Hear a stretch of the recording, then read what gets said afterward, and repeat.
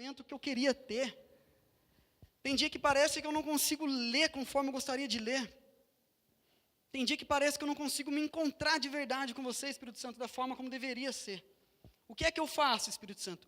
O que é que eu faço para queimar diferente?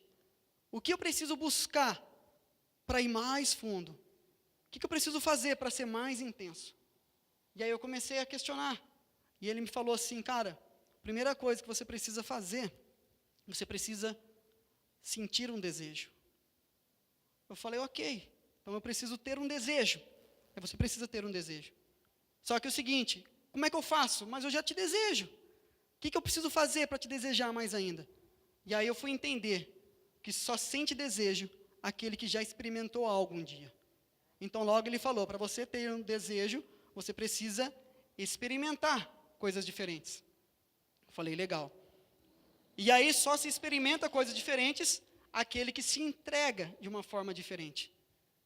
E quando você se entrega de uma forma diferente, você está apto ao sacrifício. Então é sobre essas 4 chaves que eu quero falar com vocês hoje. Só que eu quero falar de uma ordem contrária que ele ministrou na minha vida. Nós vamos falar sobre sacrifício, entrega, experiência e desejo. É sobre essas 4 chaves que eu quero falar sobre a sua vida. Amém? Cara, abra comigo aí a sua Bíblia. E aí, lindo? Demorou? Não consigo falar, cara. Não consigo, mano. Tô longe de ser famoso ainda, mas não consigo, cara.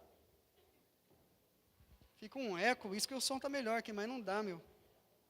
Achei que ela começasse a falar, o Nico já ia tocar o tecladinho dele invisível ali da hora, mas não começou, então arma eu aí, mano. Vamos lá. Romanos 12, capítulo 12, verso 1.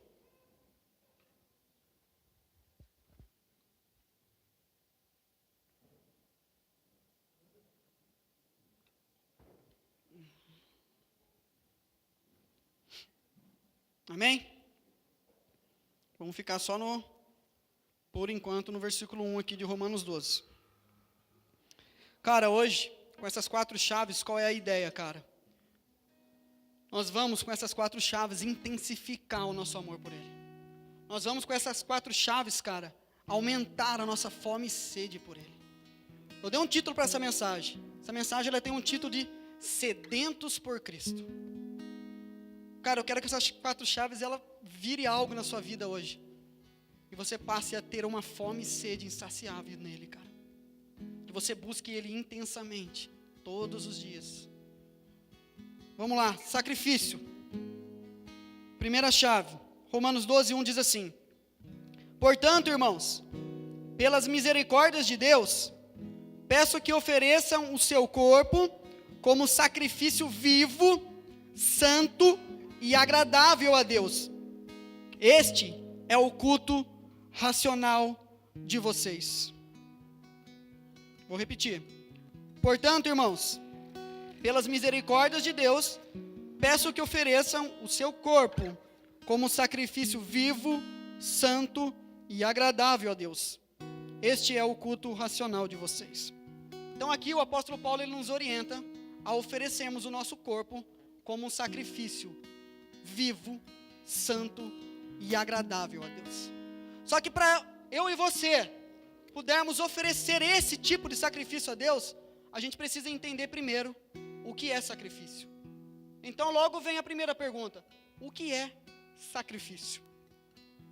Cara, pelo dicionário, sacrifício significa renúncia voluntária ou forçada daquilo que possui. Então pelo dicionário, sacrifício é renúncia voluntária ou forçada daquilo que se possui.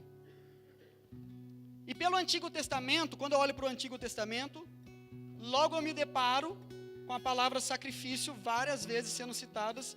E quando eu falo sobre sacrifício no Antigo Testamento, logo eu me levo a pensar sobre a remissão do pecado. Aquela galera, quando cometia o pecado naquele tempo, e precisava de uma certa forma se aproximar, se religar, como você quiser, de Deus de novo, eles precisavam sacrificar. Ali era o cordeiro, só que não era também qualquer tipo de cordeiro. tinha ali também as regras, como é que deveria ser aquele sacrifício. Tinha a pessoa correta para você entregar aquele cordeiro, tinha que ser um sacerdote. E aí, tudo sendo aceito, você era de novo religado com Deus. Ali os seus pecados eram perdoados. Então, logo o Antigo Testamento, ele trata o sacrifício várias vezes dessa maneira. Só que também no Antigo Testamento mesmo, eu me deparo com uma história. A história de Abraão. Abraão, pensa num tiozinho, já velho de idade, cara. E Deus promete a ele um filho. E finalmente Deus concede a ele um filho já na sua velhice. E aí chega um momento que Deus fala assim, eu vou provar esse cara. Eu vou provar qual é que é do coração dele. O filho que eu prometi a ele, já na velhice, eu vou querer o filho dele, eu vou pedir o filho dele. E aí Deus começa um diálogo com Abraão e fala, eu quero seu filho, Abraão. Aquele mesmo, Isaac. Eu quero Isaac, o filho da sua velhice, o filho da promessa. Eu quero ele. Vá ao lugar tal e sacrifica ele para mim. Cara, na mesma hora, Abraão pegou 2 dos seus servos, aprontou tudo que tinha que preparar e levou o seu filho Isaac para ser sacrificado. Cara, pensa a cabeça de Abraão nessa caminhada. Ei, eu sou pai, cara, sou filho também. Eu sou pai de uma princesinha linda de 1 ano. Muitas pessoas aqui são pais também. Pensa a cabeça de Abraão, caminhando, sabendo que o sacrifício era o filho dele. Ele não hesitou nenhuma vez em questionar a Deus, mas por que Deus? Mas por que o meu filho? Ele não hesitou nenhuma vez. Ele obedeceu à voz de Deus. Imagine a cabeça e o sofrimento dentro do coração. Cara, uma coisa que eu aprendo aqui, cara, tem coisas que Deus vai falar com você, Ele vai pedir para você, que não é nem com o seu cônjuge que você vai compartilhar, cara. É só você e ele. Porque se Abraão tivesse compartilhado isso com Sara, você acha que isso aconteceria? Você acha que de alguma forma ela iria permitir isso acontecer? Ah, cara, eu acredito que não. Isso é o que eu estou falando, o que eu acredito. Mas ele não compartilhou com Sara, ele pegou o filho e levou. O filho da promessa, o filho da velhice. Então eu aprendo sobre sacrifício com esse homem. Porque ele soube escutar a voz de Deus e soube obedecer. E a Bíblia relata, ela conta que quando ele chega naquele monte determinado, ele pega o seu filho, ele deita o seu filho, prepara tudo, e quando vai acontecer o ato, uma voz vem do céu e pede para ele parar. Olha que louco, cara. Uma voz direto do céu fala, Abraão, pode parar. Já entendi que o seu coração está em mim. Então, muitas das vezes, Deus quer provar o meu e o seu coração. Por isso, algumas coisas que Ele vai nos pedir, é você e Ele. É somente você e Ele. Pessoas ao seu lado não vão entender. Você precisa entender isso daí e começar a discernir o que é que Ele está te pedindo. E naquele momento ali, a voz que clama lá do céu, impede ele de cometer aquele ato. E logo em seguida, cara, vem a provisão. Ele olha para cima ali, e ali estava um bezerro esperando para ser ofertado como holocausto e sacrifício. Sabe o que eu aprendo, cara, com Abraão? Amor, obediência e confiança. Por amor a Deus, ele iria sacrificar o seu filho. E Deus, provando esse amor, não permitiu que ele fizesse isso. Então eu aprendo sobre o amor com Abraão. Eu aprendo sobre a obediência, porque ele não hesitou nenhuma vez em ter que levar o seu filho para o sacrifício. E eu aprendo a total confiança com Abraão. E sabe de uma coisa, cara? Sem amor, sem obediência e sem confiança, não existe provisão. Como é que está a sua vida hoje? Precisa de uma provisão? Você precisa ligar essas 3 chaves primeiro. Amor, obediência e confiança. Sem as 3, não há provisão.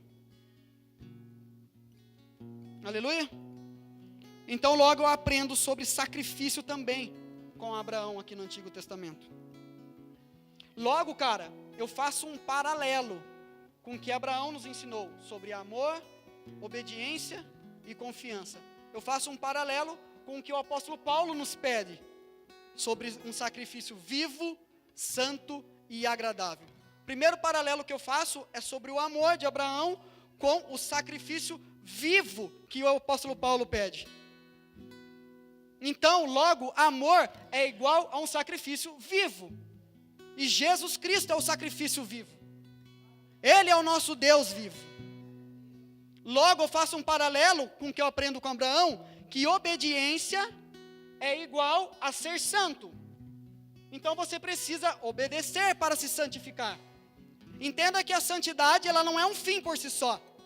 Eu entendo que a santidade, ela é uma ponte em que liga um relacionamento meu com Deus. Então, quando eu acho que eu sou santo, eu não estou santo, mas eu vou me tornando santo. E é por eu me relacionar com Ele, é que eu vou prosseguindo na santidade. Então, logo, obediência é igual a ser santo. A terceira coisa que eu aprendo é a confiança que Abraão teve em Deus. E confiança eu ligo com o sacrifício agradável que o apóstolo Paulo pede. Ou seja, Deus, cara, Ele só se agrada de um sacrifício que seja de obediência, cara. Consegue entender isso? O que agrada aos olhos do Pai é confiar nele, independente da circunstância. Por isso, agradável é igual a confiança. Fazendo um paralelo das duas histórias. E aí eu vou para o Novo Testamento, cara, para entender o que a Bíblia me fala sobre sacrifício. Entendi um pouco sobre o que o Antigo Testamento me fala sobre sacrifício. Já vi no dicionário o que sacrifício me fala. Agora eu vou para o Novo Testamento, para entender o que a Bíblia fala sobre sacrifício. E quando eu jogo a palavra sacrifício para pesquisar na Bíblia, a primeira passagem que logo vem falar sobre sacrifício é Mateus 9:13. Abra sua Bíblia aí.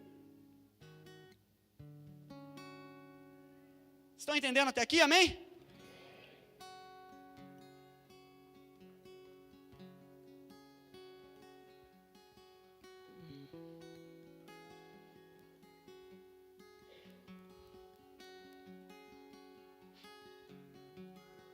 Mateus 9:13. Mateus 9:13 diz assim: vão e aprendam. Não, perdão. Mateus 9:13, é isso mesmo. Vão e aprendam o que significa: quero misericórdia e não sacrifício, pois não vim chamar justos, e sim pecadores. Cara, quando você lê esse versículo sem entender o contexto, logo já dá um tute na sua cabeça. Eu estou falando sobre sacrifício, aí vem Jesus e fala assim: eu quero que vocês aprendam sobre misericórdia e não sacrifício. E aí eu já me enrolo todo e falo: e agora? Jesus não quer sacrifício? Não entendi nada. Só que você precisa, para tudo, cara, entender o contexto de toda a história. Por isso que eu pedi para vocês abrirem as suas Bíblias aí. Vamos ler o contexto dessa história, que começa no verso 9 de Mateus 9, que diz assim: quando Jesus saiu dali, viu um homem chamado Mateus, sentado na coletoria, e lhe disse: siga-me. Ele se levantou e o seguiu. Estando Jesus à mesa, na casa de Mateus, muitos publicanos e pecadores vieram e tomaram lugares com Jesus e os seus discípulos. Vendo isto, os fariseus perguntavam aos discípulos de Jesus: por que o mestre de vocês come com os publicanos e pecadores? Mas Jesus, ouvindo, disse: os sãos não precisam de médico, e sim os doentes. Vão e aprendam o que significa: quero misericórdia e não sacrifício, pois não vim chamar justos, e sim pecadores. O que Jesus quer nos ensinar aqui, cara? Essa frase, quero misericórdia e não sacrifício, ela é especificamente para os fariseus. O que Jesus aqui quer nos ensinar é que com sacrifício a gente não se aprende com o fariseu. Quem eram os fariseus da época? Fariseus eram os doutores da época. Eram os caras que conheciam a Bíblia de capa a capa. Eram os caras que, segundo eles, seguiam, cumpriam as leis de Moisés. Se achavam. Eram os tal da parada. E é o que Jesus quer dizer com isso. Com os fariseus, você não aprende o que é sacrifício. Não se aprende o que é sacrifício com os fariseus. Sacrifício não é por meio de cumprir a lei. Sacrifício aceitável é por misericórdia e amor. Mais um texto, cara, que nos prova que tudo começa por amor. Aí a terceira vez que no Novo Testamento aparece a palavra sacrifício é em Marcos 12, 33. Pode abrir também aí, por favor, eu vou lendo aqui. Marcos 12, 33 diz assim: e que amar a Deus de todo o coração e de todo entendimento e com todas as forças, e amar o próximo como a si mesmo, é mais do que todos os holocaustos e sacrifícios. Mais uma vez, eu dou uma bagunçada na cabeça. De novo, está falando aqui que sacrifício, então, não deve ser feito. Vamos para o contexto. Marcos,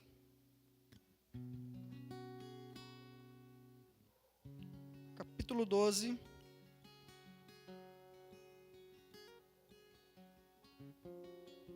Vamos ler a partir do 28. Diz assim: chegando um dos escribas, que ouviu a discussão entre eles, e viu que Jesus tinha dado uma boa resposta, perguntou-lhe: qual é o principal de todos os mandamentos? Jesus respondeu: o principal é: escute, ó Israel, o Senhor nosso Deus é o único Senhor.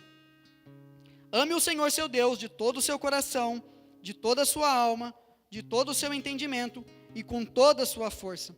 O segundo é: ame o seu próximo como você ama a si mesmo. Não há outro mandamento maior do que estes.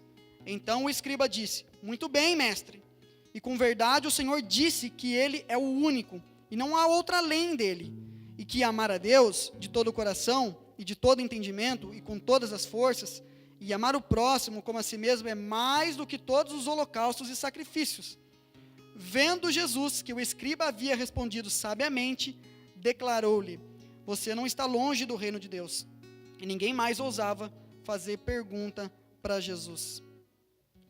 Então, qual é a ideia, cara, desses dois textos que nós lemos em Mateus, cara? Sobre sacrifício eu não aprendo, nem com fariseus e nem com escribas.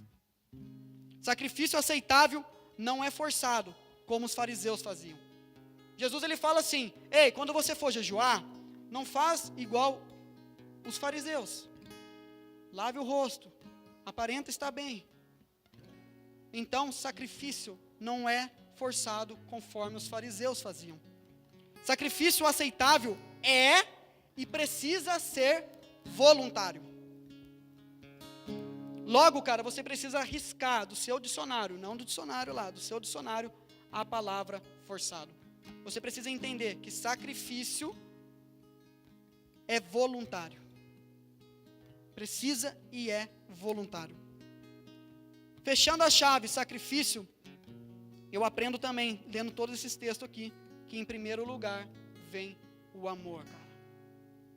Antes de tudo, você precisa amar a Deus sobre todas as coisas. Em primeiro lugar, vem o amor. E quem é o amor? Com quem que eu aprendo sobre o amor? Com certeza, cara, eu aprendo sobre o amor com a Trindade, cara. Deus Pai, Filho e Espírito Santo. Por que eu aprendo com eles, cara? Deus Pai, que por amor entregou o seu Filho único, cara. O seu único filho que ele tinha, por amor, ele entregou por mim e por você, para que aquele que nele cresce não pereça, mas tenha a vida eterna.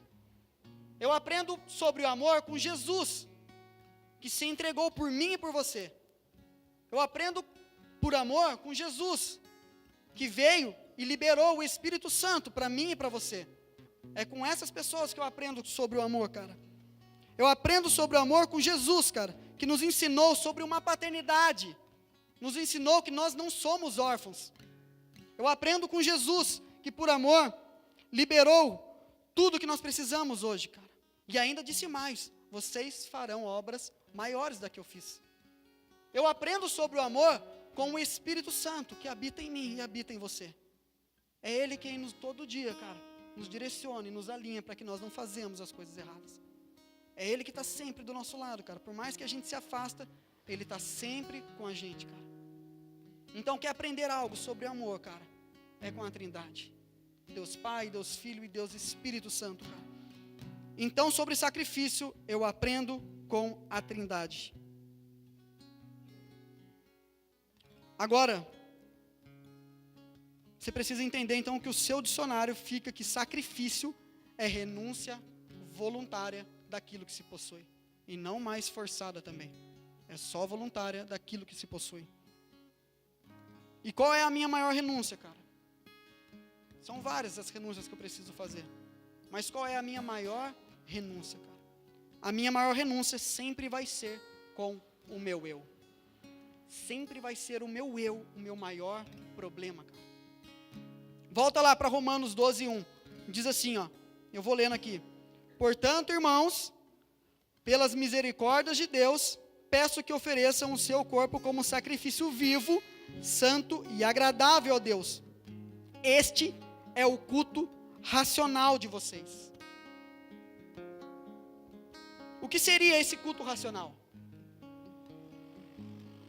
Quando eu jogo para entender qual é o significado original da palavra racional, eu encontro o seguinte significado: que pertence ao discurso ou fala, que pertence à razão ou à lógica.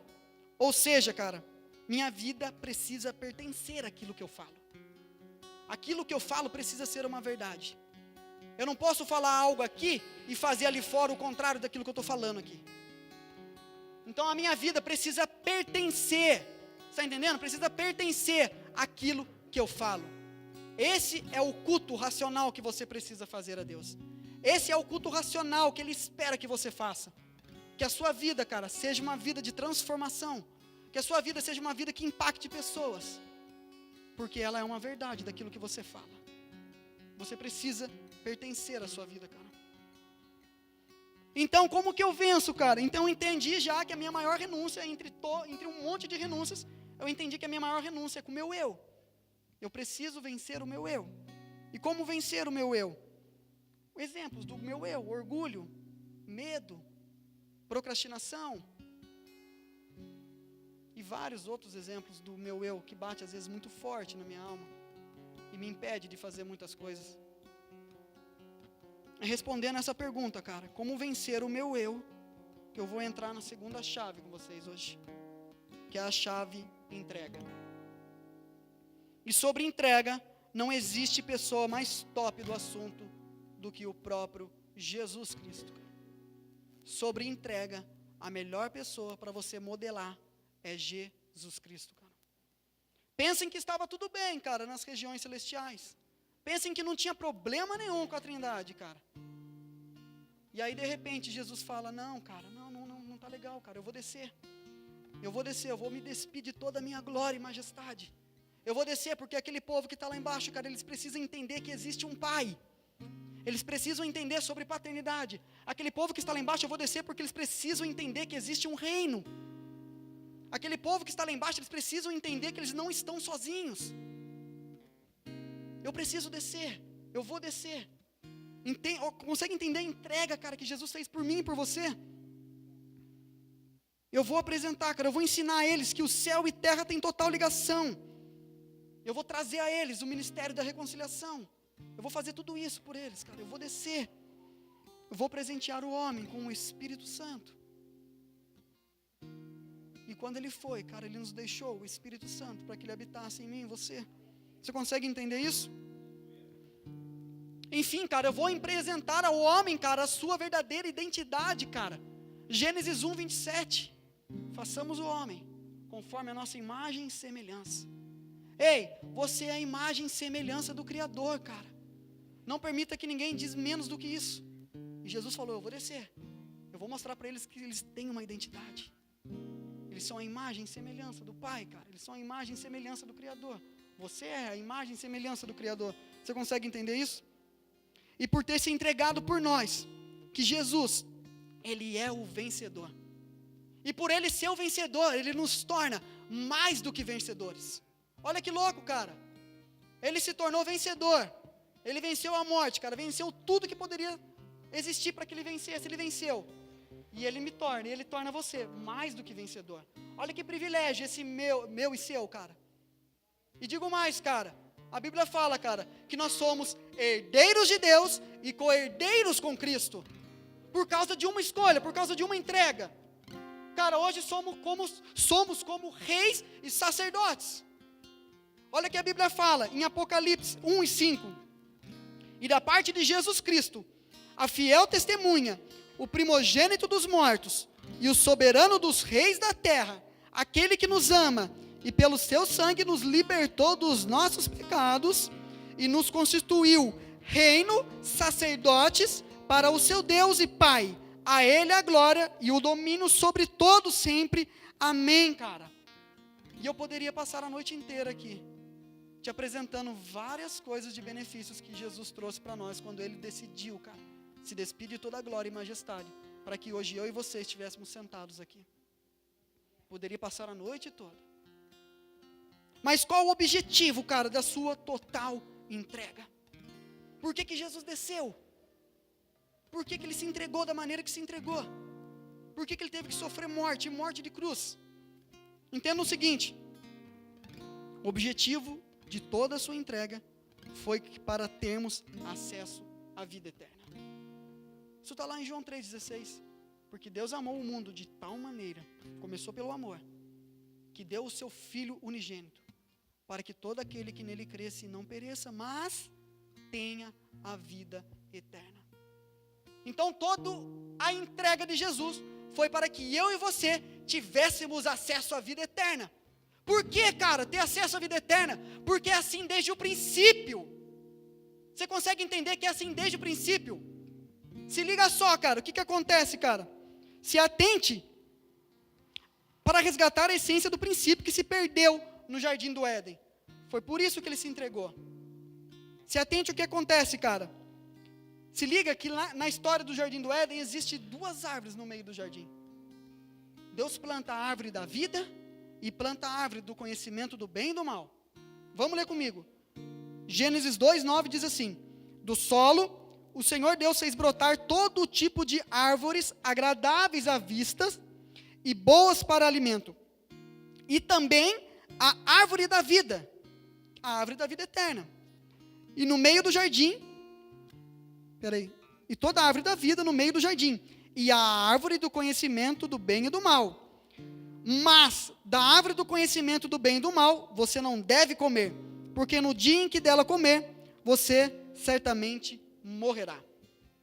Olha o que acontece após a queda, cara. Gênesis 3:24. E depois de lançar fora o homem, depois que o homem caiu, Deus colocou querubins a leste do jardim do Éden, a uma espada flamejante que se movia em todas as direções. Para quê? Para qual objetivo? Então ali, no meio do jardim, existiam 2 árvores, a árvore da vida e a árvore do conhecimento do bem e do mal. E perceba, entenda que para a árvore da vida não tinha restrição. Deus falou: você pode comer de todas as árvores frutíferas que existem aqui. Não toque naquela do conhecimento do bem e do mal. Mas Ele não deu restrição nenhuma sobre a árvore da vida. Ele não deu restrição nenhuma. Então, cara, logo no coração de Deus sempre esteve a vida eterna. Sempre esteve a ideia da vida eterna. Por isso que quando o homem cai, Ele coloca anjos ali para guardar aquele jardim, para que o homem não tivesse acesso à vida eterna. E aí, cara, Jesus vendo tudo isso, Ele fala: eu vou descer, cara. Eu vou descer para que eles tenham de volta a vida eterna. Então a vida eterna sempre esteve no coração de Deus. E por que é que você acha que você deve morrer amanhã? Por que é que você deseja a morte, cara? Por que é que quando os dias vão bem, que existe o dia mau, tá? Por que é que quando o dia mau chega, você fala assim: por que eu nasci? Eu deveria morrer hoje, para não ter que passar por isso que eu estou passando. Ei, um Deus que você serve, cara, Ele tem para mim e para você a vida eterna. Ele tem para mim e para você a vida eterna. Você precisa buscar isso, cara. Você precisa querer isso. Você precisa ambicionar isso. A vida eterna. Mais uma vez, por que tudo isso? Por uma entrega, por uma decisão de um homem chamado Jesus. Se entregou por nós, por inteiro. Por inteiro Ele se entregou por nós. E aí eu te faço uma pergunta sobre entrega, cara. Qual é o seu nível de entrega? Qual é o seu nível de entrega? Pensa um pouco aí, qual é o seu nível de entrega?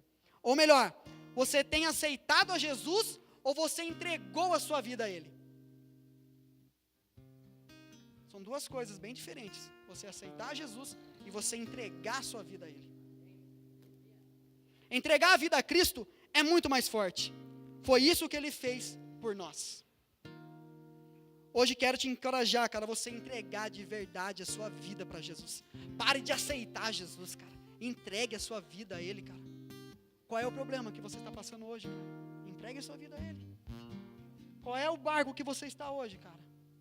Entregue sua vida a Ele. Para de reclamar, cara. Entregue a sua vida a Ele. Não aceite a Jesus. Entregue a Ele a sua vida. Deixa que Ele conduza. Deixa que Ele te oriente. Assuma você o controle da sua vida e entregue a sua vida a Ele. Entenda que antes do sacrifício vem a entrega. Antes de Jesus se sacrificar por mim e por você, primeiro Ele se entregou. Qual tem sido o seu nível de entrega, mais uma vez? Para você pensar mesmo, cara, de verdade, o que é que eu tenho vivido com Jesus? Qual é o seu nível de entrega, cara? Deixa eu te falar uma coisa, o seu nível de entrega vai demonstrar o quanto está disposto a se sacrificar. É no seu nível de entrega que você vai demonstrar o quanto você está disposto a se sacrificar. Qual é o seu nível de entrega? E todo sacrifício, ele vai gerar uma recompensa. Todo sacrifício, no final, vai ter uma recompensa. Qual é o seu nível de entrega? A decisão está em suas mãos, cara. Como é que vai ser? Vai entregar hoje a sua vida de verdade para Jesus? Ah, mano, mas você não me conhece, cara. Eu já estou na igreja faz 20 anos, faz 10 anos. Você já entregou a sua vida para Jesus? Essa é a pergunta. Não estou te perguntando quanto tempo você tem de casa. Não estou te perguntando se você já ora em línguas, profetiza, se você já prega ou não. Estou te perguntando qual é o seu nível de entrega com o Criador. Qual é o seu nível de relacionamento com a fonte? Essa é a pergunta que você precisa colocar no seu coração hoje, sair daqui bem claro nisso, bem definido nesse seu objetivo. Espero que seja uma virada de chave para a sua vida, cara. Porque se você entender que a entrega tem que ser total nele, cara, você vai viver conforme Romanos 12:2 fala, cara. A boa, perfeita e agradável vontade de Deus. Só vive ela quem tem uma renovação de mente. Só tem uma renovação de mente quem entrega a vida de verdade para Jesus. Quem entrega todas as áreas para Jesus. Aí sim, vive algo diferente, vive uma metanoia. E aí você vai viver a boa, perfeita e agradável vontade dele. E é nessa entrega, cara, é nesse nível de entrega que eu quero entrar com vocês na terceira chave. Quando você se entrega, cara, você começa a gerar experiências. Quais são suas experiências? Mais uma pergunta para você quebrar a cabeça aí. Quais são suas experiências? Seus testemunhos são com experiências de outras pessoas ou são seus? Quando você vai testemunhar na vida de alguém, você usa exemplo de outra pessoa ou usa os seus exemplos? Não tem nada de errado você usar o fulano como exemplo. Legal, cara, que da hora, que válido isso. Você está honrando o seu irmão. Mas e você? Tem algum testemunho para compartilhar com o seu irmão? Você precisa ter testemunho, cara. Você precisa querer ter testemunho. Você precisa falar de algo daquilo que você já viveu e que você venceu. Você precisa falar disso, cara. Entenda, cara, eu já falei isso em outra ministração minha aqui. Entenda que testemunho são como molas, cara, impulsionadoras que vão te levar para um próximo nível. Quando você gera testemunho e vence naquilo que você gerou, cara, você passa de nível, cara. Então você precisa gerar testemunhos. Só gera testemunho aquele que está disposto a entregar sua vida e se sacrificar por um motivo mais valioso que simplesmente as suas vontades, do que simplesmente os seus desejos. Você precisa gerar experiências, cara. Você precisa ser experimentado em Cristo. Você precisa transbordar Cristo através da sua vida, cara. E só transborda Cristo aquele que gera experiência nele, cara. Eu gosto muito do exemplo de José do Egito, cara. Já preguei aqui várias vezes sobre ele, cito várias vezes o exemplo dele. Porque ele é um cara, que ele entendeu o processo que ele estava vivendo. Mesmo tendo uma promessa já na adolescência, ele entendeu o seu processo. O cara gerou várias experiências. Ele foi vendido 2 vezes, uma pelos seus irmãos e outra pela caravana. Quando ele chega na casa de Potifar, ele é tentado pela mulher de Potifar. O cara teve várias experiências. E entenda o seguinte, cara, Com o diabo, você resiste. E ele foge de você, porque é maior do que está em você do que está lá fora. Agora, com a tentação, você foge, cara. Você não brinca, você não flerta com a tentação. Com a tentação, você sai vazado, que nem José fez, cara. Você pica a mula. Esse cara gerou várias experiências, cara. E no final da história, a gente sabe, cara. Ele foi ali o governador do Egito. E aí ele deixou um legado. José, entendendo o seu processo e vivendo o seu processo, independente das circunstâncias que foram acontecendo, ele soube e respeitou aquele processo. Você precisa entender qual é o seu processo, você precisa respeitar o seu processo, você precisa viver o seu processo. E você precisa respeitar também o processo do seu irmão. Talvez o seu irmão ele não esteja no mesmo processo que o seu. Talvez o seu irmão ele não esteja na mesma pegada que você está. Você precisa pegar na mão dele e levar ele junto com você. Não é acusando ele, não é diminuindo ele, falando por que você não está ali. Você deveria estar lá, por que você não está? É pegando na mão dele, respeitando o processo dele. Traz ele de volta, cara. Traz ele de volta. Então eu gosto muito do exemplo de José, porque tudo que ele passou, ele gerou experiência e ele deixou um legado. Um legado que até hoje, cara, a gente fala sobre ele muitas vezes, cara. José do Egito, cara. Se liga, mano. É gerando experiências que eu vou concluindo falando da última chave, cara, que é desejo. Se coloca em pé, eu já vou encerrar aqui.